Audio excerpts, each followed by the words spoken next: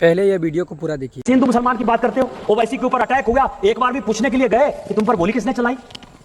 क्या बात कर रहे हो? केवल मुसलमान के वोट बैंक की पॉलिटिक्स करते हो। और वहां कहते हैं कि हिंदू मुस्लिम को मार रहा है।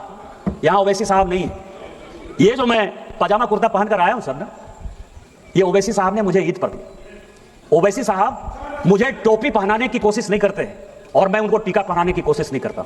टोपी पहनने से मैं मुसलमान नहीं हो जाऊंगा और टीका पहनने से ओवैसी जो है वो हिंदू नहीं हो जाएगा। हम दोनों नदी की वो धार में, राष्ट्रीय स्वयंसेवक संघ का कट्टर आदमी हूं। हमारा मुसलमान के साथ किसी प्रकार का कोई रिलेशन नहीं हो सकता। लेकिन जब देश की बात आती है, ऑपरेशन सिंदूर की बात आई, तो हम और ओवैसी एक साथ थे। और हमने और ओवैसी ने देश के बारे में जो बात कहा वो सबसे इंपॉर्टेंट है सर, कि जब सऊदी अरब हम लोग पहुंचे और वहां का विदेश मंत्री जब हम लोगों को कहा कि आपको पाकिस्तान के साथ बात करनी चाहिए, और ओवैसी जब उसको समझाने में नाकामयाब हो गए, तो उन्होंने कहा कि निशिकांत जी आपको बोलना चाहिए। और मैंने कहा कि वो सरकार नहीं है, हम आपको सुनाने आए हैं, हम आपकी बात सुनने के लिए नहीं आए हैं।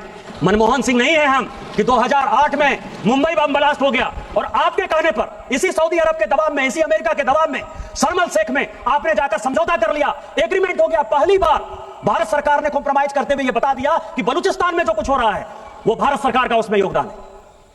हम वो घटिया आदमी नहीं है। यदि हमारे आदमी को आपने मारा है तो हम मारेंगे। आपको पाकिस्तान को समझाना है तो समझाइए। हम और ओवैसी ने कहा, क्योंकि जब ये नदी चलती है सर, हम नदी की दो धार हैं, लेकिन नदी गंगा सागर में जब मिलती है, समुद्र में मिलती है, तो वही भारत में अनेकता में एकता होती है। हम भारतीय हैं पहले, और यही बात कहने के लिए हम और ओवैसी साथ गए थे। तुम किस हिंदू मुसलमान की बात करते हो? ओवैसी के ऊपर अटैक हो गया, एक बार भी पूछने के लिए गए कि तुम पर गोली किसने चलाई? क्या बात कर रहे हो? केवल मुसलमान के वोट बैंक की पॉलिटिक्स करते हो। मैं पहले भी बोला है, अभी भी बोल रहा हूँ, जिन्होंने असद साहब को अच्छा से देखा है, सुना है, वो कभी भी असद साहब को बुरा भला नहीं कह सकता है, क्योंकि उन्होंने चाहता है देश का हर धर्म का लोगों को साथ में लेके चले।